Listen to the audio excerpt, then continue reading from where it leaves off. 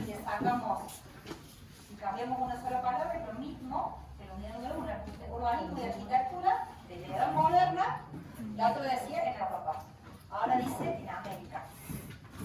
Entonces, en el mismo tiempo histórico, el mismo momento en que en Europa se estaban desarrollando el Renacimiento, el manierismo y el barroco, vamos a ver qué pasaba en América. Una realidad totalmente distinta, pero vamos a intentar comprender qué es lo que pasaba en América.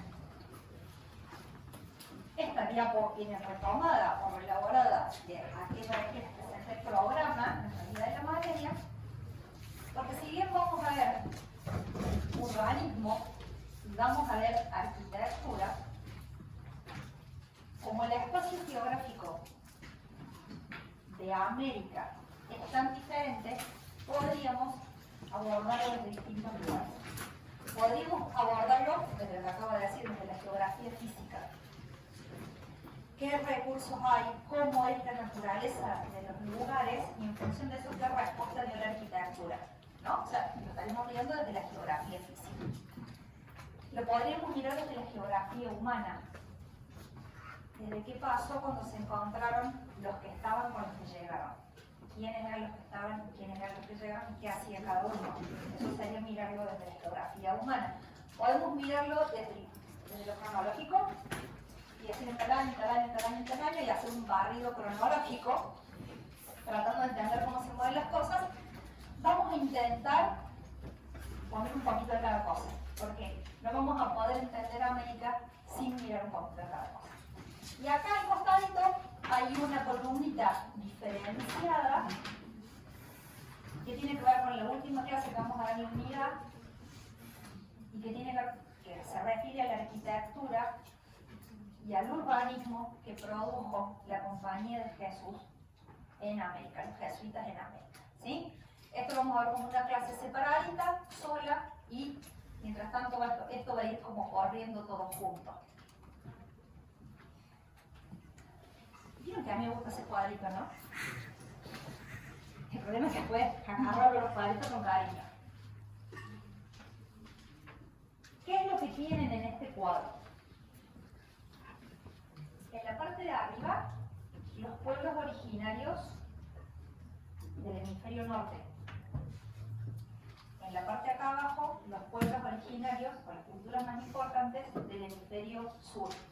Entonces, acá arriba y están, eso que estén por colores tiene que ver con una clasificación geográfica. Unos corresponden al área del Golfo, otros pertenecen a la meseta central de México, los mayas a la región del Teotihuacán y el Petén, del Yucatán y Petén.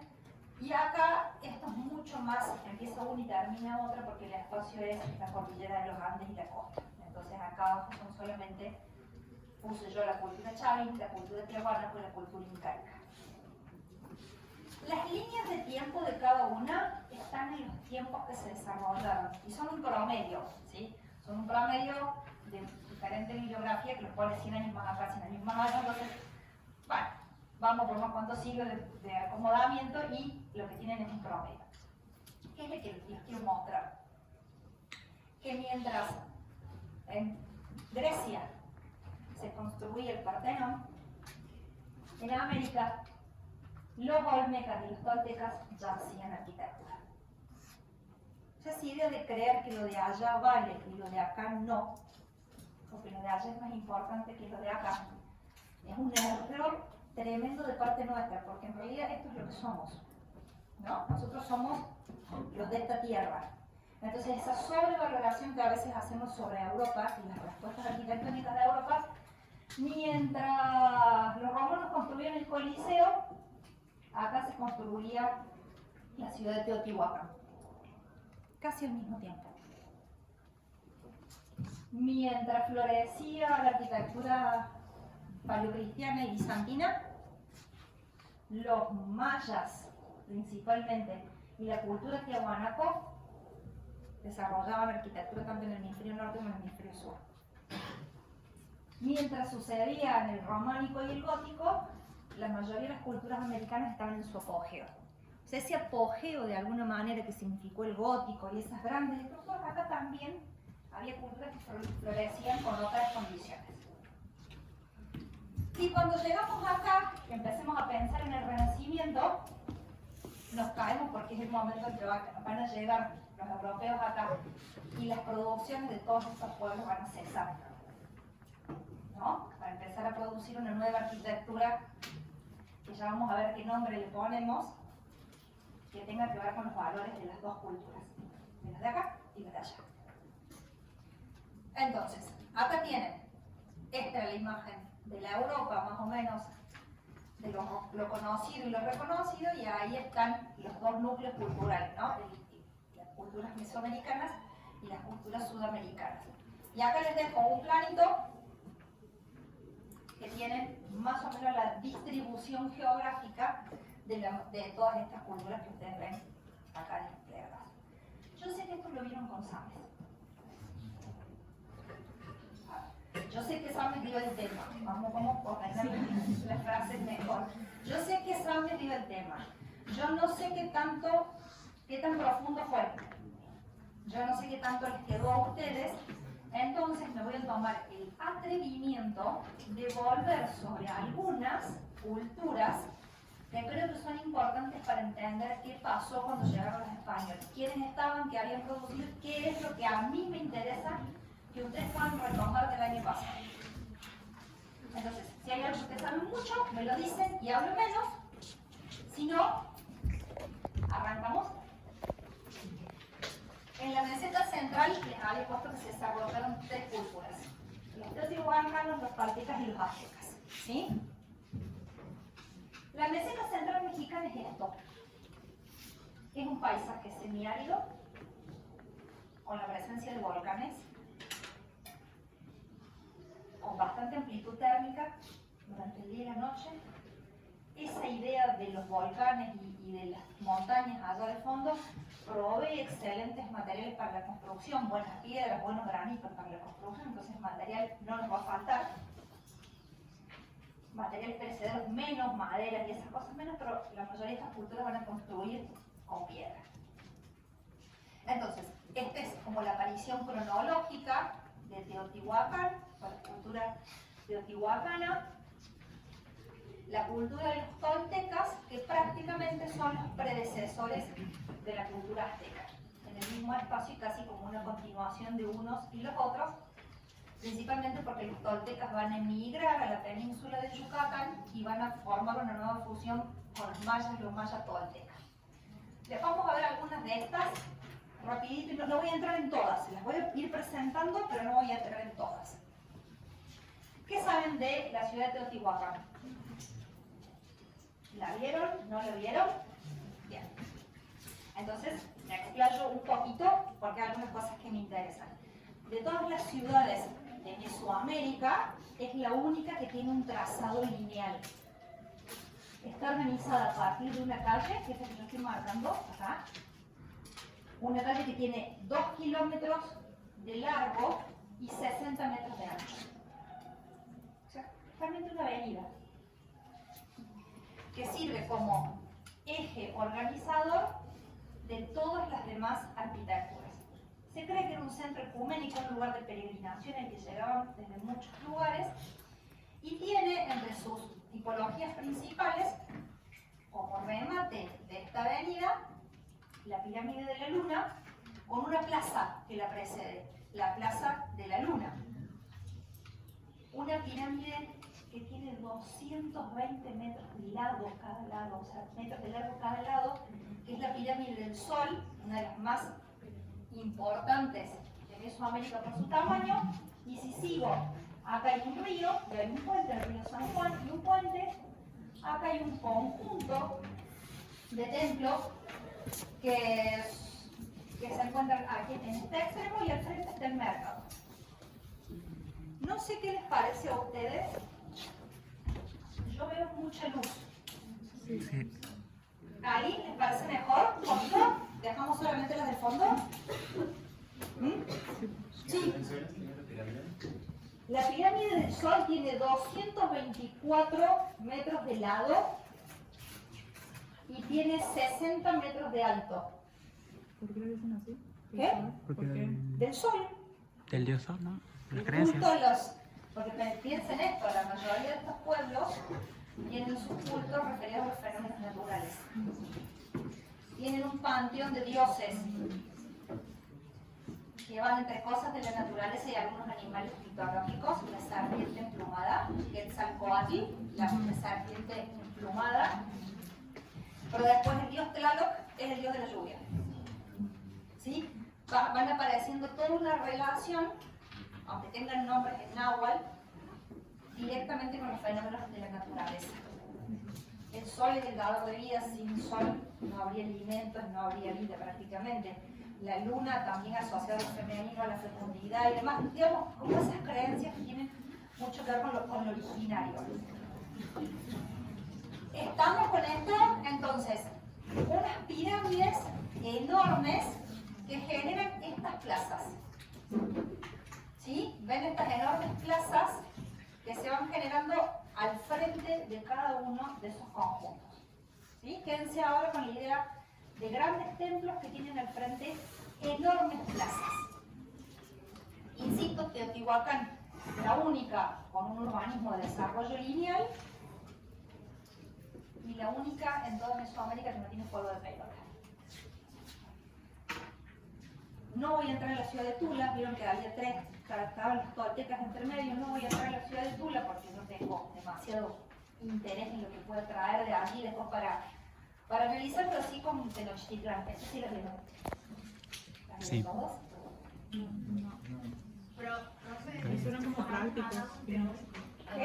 Salen al lado teórico, dado los temas y como que a partir de hemos hecho un trabajo. O sea que yo me puedo explayar casi como, o sea, sin cargo de conciencia.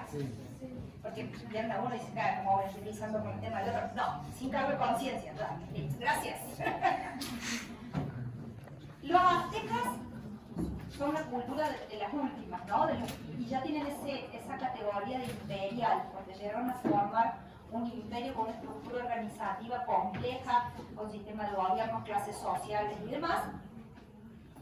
Ellos nacen, no sé, mejor que los que lo estudiaron sí lo saben, ellos como cultura están migrando en busca, y sus dioses le dicen que donde puedan introducir, donde encuentren un águila comiéndose una serpiente,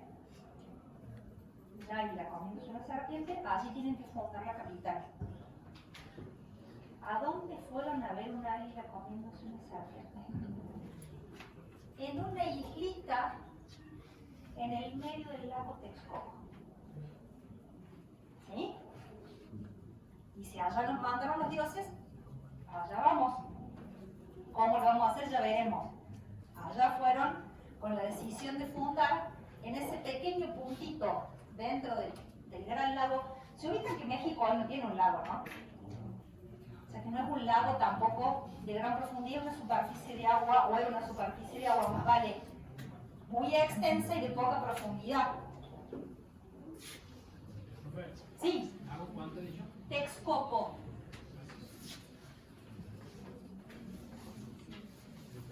Son diferentes zonas de aproximación, ¿no? De la islita, esta es la ciudad que van a organizar los aztecas. ¿Cómo la van a organizar? También con un trazado bastante regular. Fíjense que hay calles rectilíneas que si alcanzan a mirar esta imagen de acá abajo, esas calles en su prolongación conectan esa isla con tierra firme, le ponemos entre comillas tierra firme. Lo otro también es de tierra firme, pero bueno. Estas calzadas conectan con... Y ahí en medio, donde está ese número 1, está el recinto sagrado donde están los principales templos. Después ven que acá tiene numeritos, porque va a estar dividida la ciudad en barrios, y esos barrios van a tener que ver con jerarquías sociales, con actividades. Algunos barrios están como dedicados a un tipo de actividad y no a otro. ¿Sí? Es una organización bien compleja, ya les dije, fueron un imperio. Y si me meto allá adentro del 1, me encuentro con esto. Una pirámide doble, que es el templo mayor. Una pirámide doble. el dios de la guerra y el dios de la lluvia. ¿Sí? Arriba, un templo para cada uno de ellos. El dios del viento, el juego de pelota. Esta maqueta les alcanza a dar una dimensión de qué era la volumetría o cómo se alzaban esos edificios dentro de ese espacio. ¿Sí? Esta maqueta es del Museo de Lima, el Museo de Antropología de la Ciudad de México. Hasta ahí estamos más o menos con los zoom, ¿no? Una ciudad ordenada, con una retícula no muy prolija, pero una ciudad ordenada que tiene un centro ceremonial que está en el corazón de la ciudad. Que en la clase que viene vamos a ver qué hicieron los españoles con esto.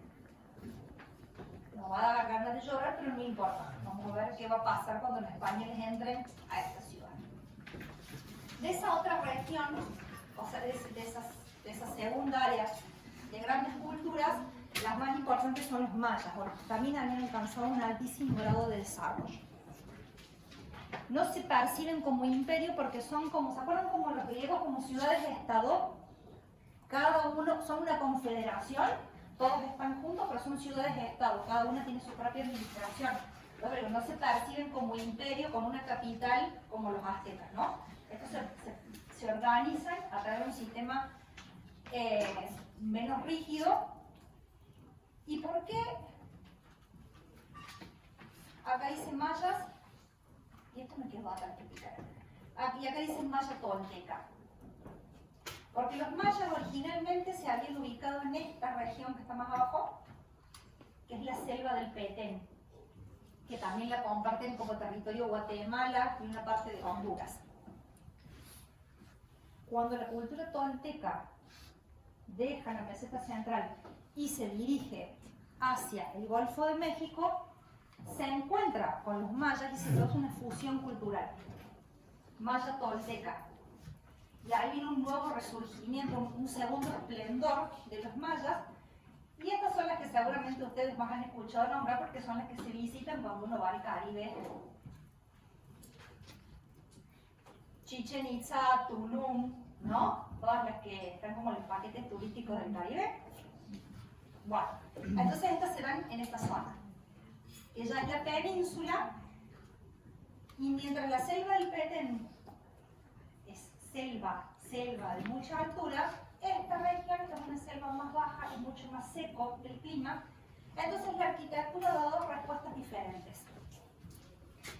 En la selva del Petén, la arquitectura va a crecer hasta poder sobresalir del dosel de la selva, ¿sí? Para que las crestas de los templos sobresalgan. O sea que hay que elevarse mucho, hay que ir muy vertical.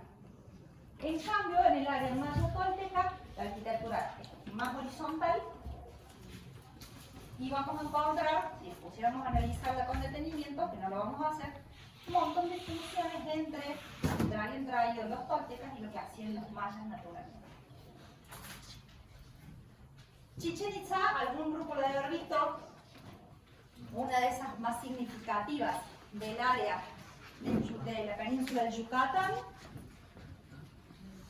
Esta es la forma de organización urbana más común en todas las culturas originarias. Un urbanismo ordenado en torno a elementos singulares y espacios abiertos, sin un trazado casi. Las dos primeras vimos que tenían un trazado. Acá podríamos tirar algo que nuestra lógica, la nuestra la de ahora, le pudiera poner un trazado ordenador a esto. Parece difícil. Ahora, si tratamos de meter, como diría Samen, en la cosmovisión de estos grupos, entenderíamos que esta pirámide, la de Kukulcán, está orientada según las fechas de los solsticios y los equinoccios. Que el observatorio, donde está el observatorio por acá abajo, también tiene su sentido más que nada en relación a la posición de las estrellas en el cielo en determinadas fechas. Entonces, se nos hace incomprensible a nosotros y a nuestra forma racional de pensamiento, pero hay otro orden que nos es ajeno, que tiene que ver con la composición de estos pueblos, y acá tienen como una reconstrucción de cómo podría haber sido la vinculación con el agua. La península de Yucatán es muy seca, así que la vinculación con los cenotes y con el agua siempre es muy importante en cada uno de los trazados. La presencia de la gran pirámide de Kukulcán, el juego de pelota que tiene un sentido sagrado, y por este lado el Palacio de las Mil Columnas, que es una herencia tolteca directa prácticamente, ¿no? En Tula hay un palacio casi exactamente igual. Entonces se puede también presuponer que esta es el área maya original y este es el área maya tolteca luego de la invasión de los toltecas, ¿sí? ¿Qué me interesa que se queden de acá? Principalmente con que hay un orden que nosotros no comprendemos. Una ciudad organizada a partir de espacios abiertos y de edificios con un orden que a nosotros nos es ajeno absolutamente. Y esta estoy segura que no lo vieron. Y es la que más me sirve a mí. Uxmal. ¿A alguno le tocó? En la repartija esa que me contaron que hicieron. ¿Qué? No estaba Uxmal. Uxmal es otra de las ciudades de la península del Yucatán, que tiene una serie de particularidades. Primero, que no muestra esta dualidad de los mayas toltecas, que es directamente una ciudad de fusión, no se pueden leer los dos periodos, que su principal pirámide es esta, que miren, es la planta ovalada. Ninguna otra pirámide sagrada tiene en Mesoamérica la planta ovalada, con dos frentes, o dos caras, dos escaleras, una para cada lado, y una serie de tipologías que los españoles pensaron que eran civiles. Entonces le pusieron nombres civiles, o pensaron que eran religiosas y le pusieron un nombre religioso sin entender nunca qué pasaba ahí adentro, ¿no? Entonces esto es el Palacio del Gobernador. ¿De qué gobernador? ¿No? Los españoles le pusieron el Palacio del Gobernador, y este otro edificio que se encuentra ahí es el Cuadrángulo de las Monjas. ¿De qué monjas? Si los mayas no tenían monjas, ¿no? Al margen de eso, hay una tecnología maya que los españoles van a saber aprovechar. Y se llama falsa bóveda. ¿Entienden por qué? Una bóveda que necesita un arco y una piedra que la traba para que no se venga, ¿no? Para que no colapse. ¿Qué hacen los mayas? Achican la luz, van poniendo las piedras cada vez más cerquita, y la última va por simple apoyo. No es una clave, pero puedo sacar y no se cae nada. ¿Entienden la diferencia porque es una falsa bóveda? No trabaja la compresión. Entonces hay una tecnología para generar espacios cerrados que los otros pueblos casi no tienen. Y esta forma de decoración, que es dejar partes del edificio lisas y trabajar otras partes del edificio de esta manera, sin dejar un centímetro sin decorar. ¿Quiénes, en qué momento de la película parcial anterior no dejaban un centímetro sin decorar? Marroco. Los de Marruecos. Ya vamos a ver dónde nos encontramos, en qué punto nos vamos a encontrar. Pero esta forma de jugar con el contraste, de dejar algo liso y algo muy decorado, va a tener como una empatía con la expresión del barroco. Y aparte la maestría para tallar la piedra, ¿no? Porque esta mano de obra que puede hacer esto ya está disponible. En el momento en que lleguen los españoles se van a encontrar con gente que tiene esta capacidad técnica para construir y para decorar. Tal vez lo único que habrá que hacer es cambiar el repertorio y que en vez de hacer máscaras de Tlaloc haga Virgen de la Guadalupe. ¿Sí? Bien. Entonces, Uxmal me interesa porque se queden con esa imagen, ¿no? Con ese tipo de arquitectura que claramente les recuerda a los europeos sus formas de palacios o de monasterios y esas formas de decoración. Para seguir con el barrido medio rápido en el que estamos, no me puedo poner a darle toda una clase entera donde tenga más tiempo, paso a Sudamérica, el mundo andino. Le digo el mundo andino porque va a haber diferentes culturas que se van a desarrollar en ese mundo andino. Principalmente a mí me va a interesar la última de ellos, que fue la cultura incaica. ¿Sí? Los incas a dónde se asentaron. En el medio de la cordillera de los Andes. Su escenario o su geografía predilecta fueron los valles dentro, por eso está esta foto, los valles dentro de la cordillera, ¿no? Los cursos de agua que van determinando valles que posibilitan la vida a partir de esa presencia de agua que tienen suelos fértiles. El tema es que van a llegar a construir un imperio que se extiende desde Colombia hasta el río Biobío en Chile y que abarca todo el ancho de la cordillera de los Andes y un poco más. No van a entrar en los territorios selváticos del Amazonas y van a definir 4 ambientes, por decirlo de alguna manera. La sierra, la costa, el altiplano, aquí me falta la sierra, la costa, el altiplano y los 4 suyos. Bueno, en algún lado me estoy tragando uno, y la selva, aunque ellos no se ascienden, es una de las regiones de las cuales se extraen. Entonces, esta es su concepción del mundo, o su cosmovisión. Desde un punto central, las direcciones hacia las 4 partes del imperio. Es una cultura que florece tarde, florece casi, miren cuando empiezan los años, casi cuando el gótico está en su esplendor en Europa. O sea, cuando llegaron los españoles acá, esta gente estaba en el máximo de su esplendor arquitectónico y cultural, ¿no? Fue como si a los griegos lo hubieran entrado en el periodo clásico.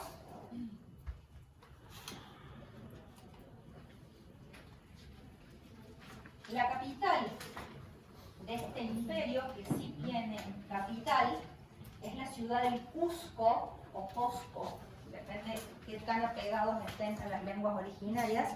¿Saben qué quiere decir Cusco? O Cosco. ¿No? Ombligo. Su capital es el ombligo del mundo. Su capital es el punto más importante de su universo, o de su cosmovisión, ¿sí? Ese sentido del centro real y simbólico de toda la cultura. Volvemos a la idea de que están en un valle en el medio de los Andes.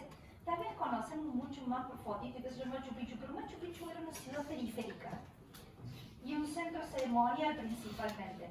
Estudiemos esto porque me interesa que rescaten esta, porque esta es con la que se van a encontrar los españoles.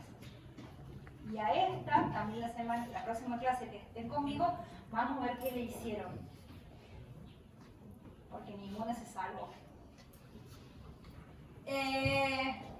Yo, en mi inocencia de pensar que ustedes habían visto más profundidad, les había puesto los 2 planos posibles con los cuales se estudia el Cusco, pensando en preguntarles cuál de los 2 habían visto. ¿Cuál? Me dijeron que ninguno. Me da lo mismo. Este es el plano bajo el gobierno de Pachacútec, que es un periodo de apogeo, y este es un plano que se levantó en el periodo colonial, rescatando espacios y recintos, marcando cuáles eran los espacios y recintos que habían quedado del momento incaico. Entonces, cualquiera de las 2 a mí me da más o menos lo mismo. Es un valle, lo ven en esta que tiene como la topografía, ¿no? Es un fondo de un valle que en una parte de la ciudad tiene una parte alta, una sierra allá arriba, que era el principal espacio ceremonial, o sea que estaba en lo alto. No es que ellos construyeron tan alto, sino que hicieron medio como los griegos, en el punto más alto, en la montaña natural pusieron su centro ceremonial, pusieron la Acrópolis. Piensen esto de la misma manera, la ciudad está allá abajo y en el punto más alto de las sierras pusieron su centro ceremonial. que es el conjunto Sacsayhuaman. Tenían varios espacios muy importantes, una plaza principal, la plaza de la Huacapata o Huacaipata, y depende, todo esto de que yo me repito o cambio los nombres es porque depende de la bibliografía, no es que yo no me lo sepa, me lo saco los dos. Y un punto ubicado por acá, que en este plano está ahí, en esta reconstrucción, que era de nuevo el templo del dios Sol. Entonces, el templo se llama el Coricancha, estaba en ese punto y era, esto va a ser importante todo a medida que vayamos viendo la arquitectura porque se los muestro. Luego que se superpongan los españoles, de esto vamos a terminar en esta resultante que es la que tenemos ahora en la ciudad de Cusco, ¿no? Una enorme ciudad colonial. Que ya veremos cómo evoluciona de acá hasta ahí la próxima clase. Todo este cuento y esta especie de repaso no es ni más ni menos que para poder rescatar desde esa geografía humana que les dije recién la vocación de las culturas originarias por el uso del espacio abierto.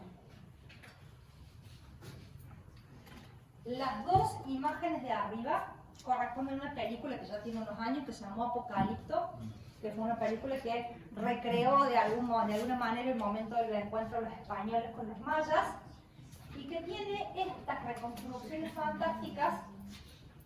La película tiene un trocitos históricos, pero bueno, si la quieren ver, véanla, no pasa nada. ¿Cómo? La película está buena, pero tiene yo no te puedo no decir que tiene errores históricos. Y la película está re bien hecha, pero bueno.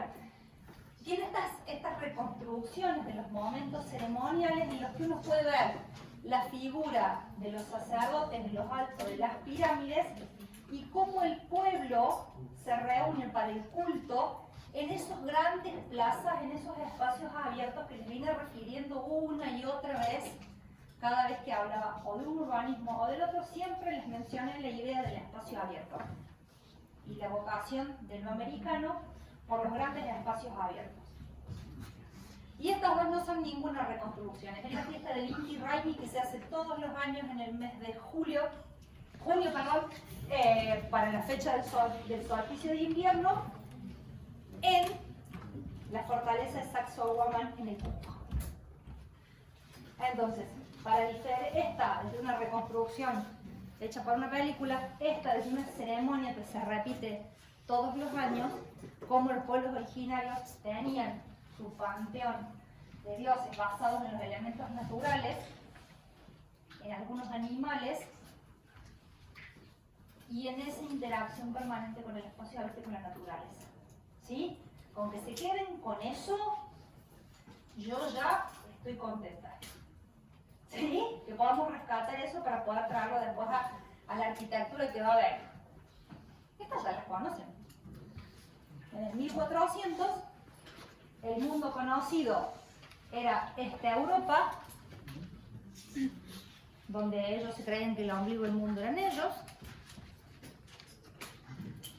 que se vinculaba con el Asia de manera terrestre a través de la ruta de la seda o de la ruta de las especias, Marco Polo de por medio, y que en el mejor de los casos había llegado hasta la China. Y de todo lo que había en otro lado, nadie sabía nada. 1492, el joven Cristóbal Colón los convence a los reyes católicos de que él iba a llegar a las Indias navegando para el otro lado. ¿No? ¿No era así el cuento? De que los convence a los reyes católicos y les regalan las joyas y que no nos mostraron eso en el colegio.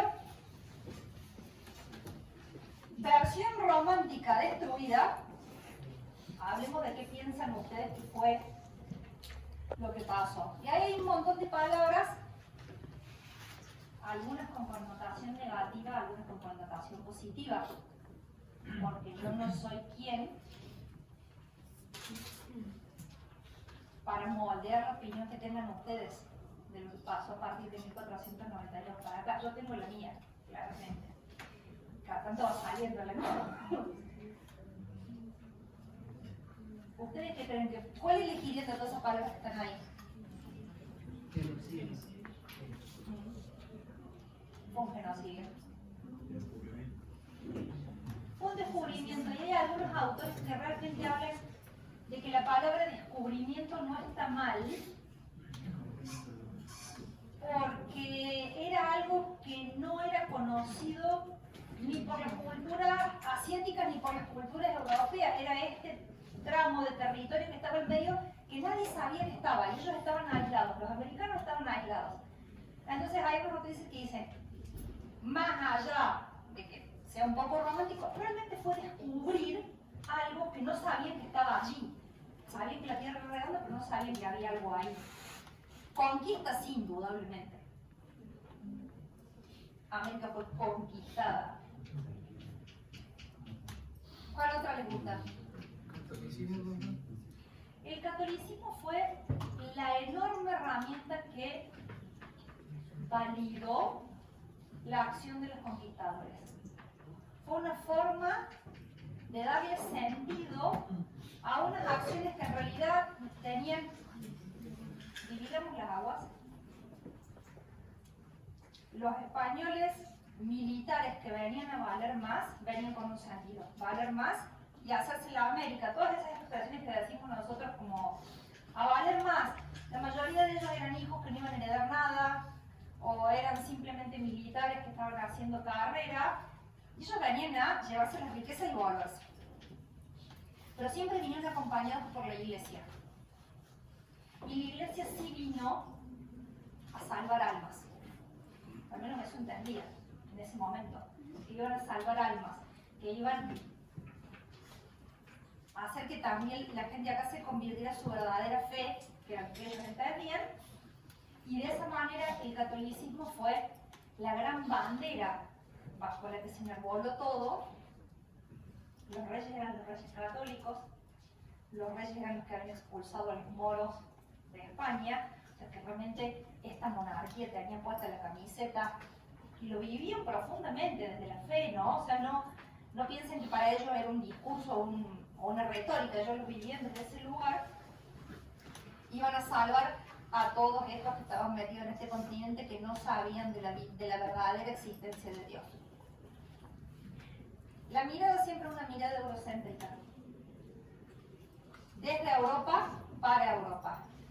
Nos ha costado más de 400 años empezar a mirarnos como americanos desde América y a sacarnos las categorías que nos vinieron impuestas. ¿Hubo resistencia? Sí. No a la esperada, pero hubo resistencia. Algunos lugares no consiguieron entrar hasta casi el siglo XX. No sé, hay un montón de palabras que después las piensan y piensan dónde están parados cada uno de ustedes, ¿no?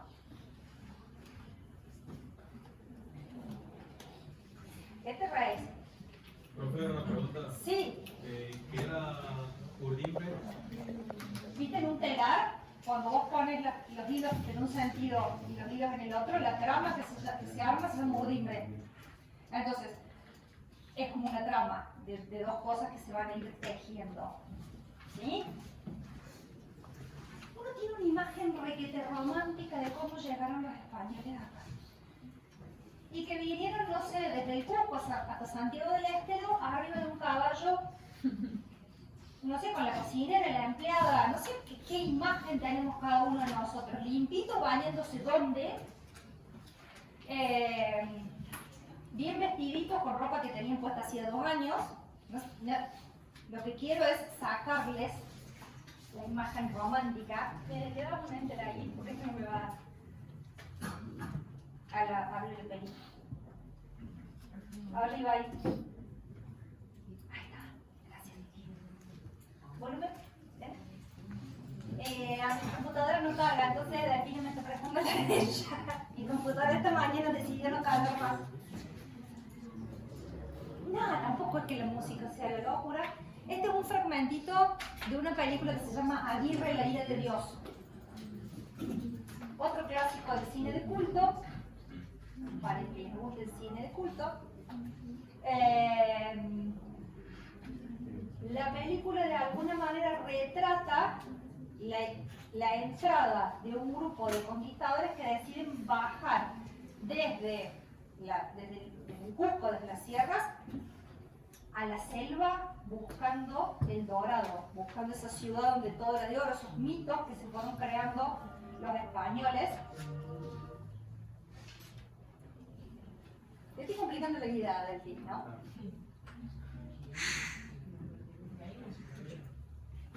Bueno, si no, si querés que la pasemos desde la... Vamos a poner en cine y vamos a parar los en serio. Weihnachtstag des Jahres 1560 erreichten wir die letzte Passhöhe des Andengebirges und sahen zum ersten Mal den gelobten Urwald hinan. Am Morgen las ich die Messe, dann stiegen wir durch die Wolken hinab.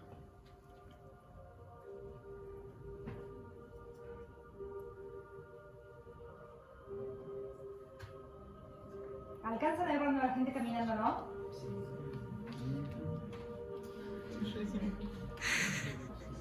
Caminando, dije, no arriba de los caballos, caminando.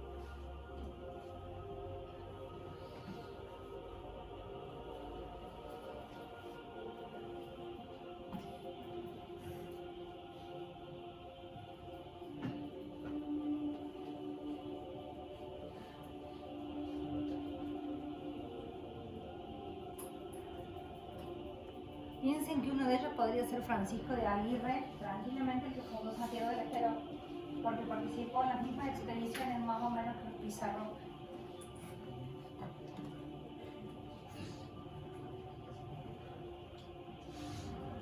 Que cuando llegó a Santiago de otro planeta se puso contento. Y cuando me quedo.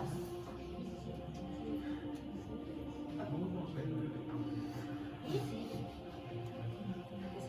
Se desbarran.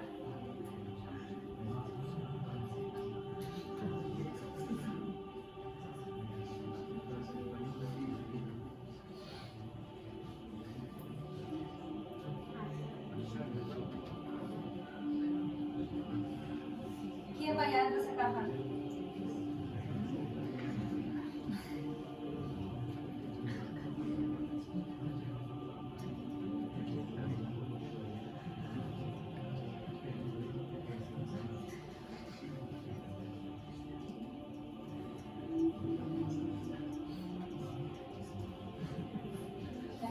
Los pollos, sino que caminan.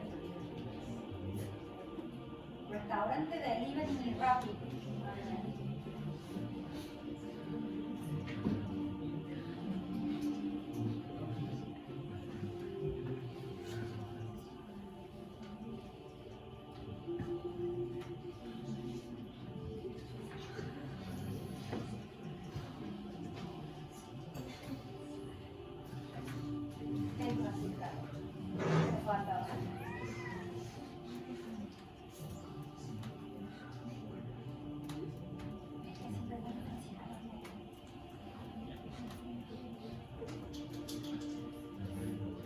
La hija de Aguirre, que no queríamos dejar en España sola, se la trajo.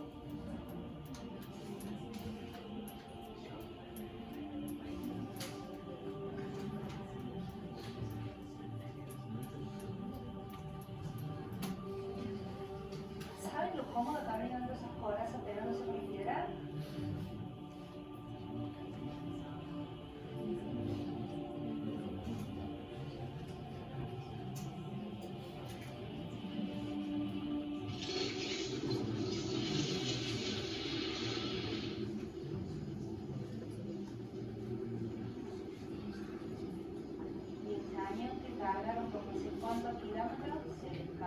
favor de darme el fuego que tenían también.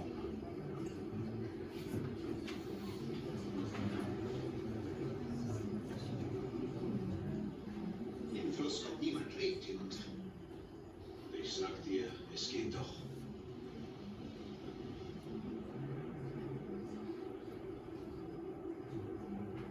Und jetzt dann geht es bergauf.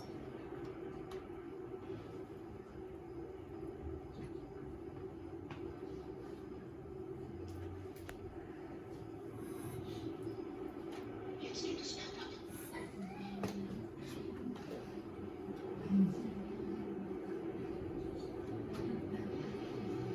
Ese arriba que pasar.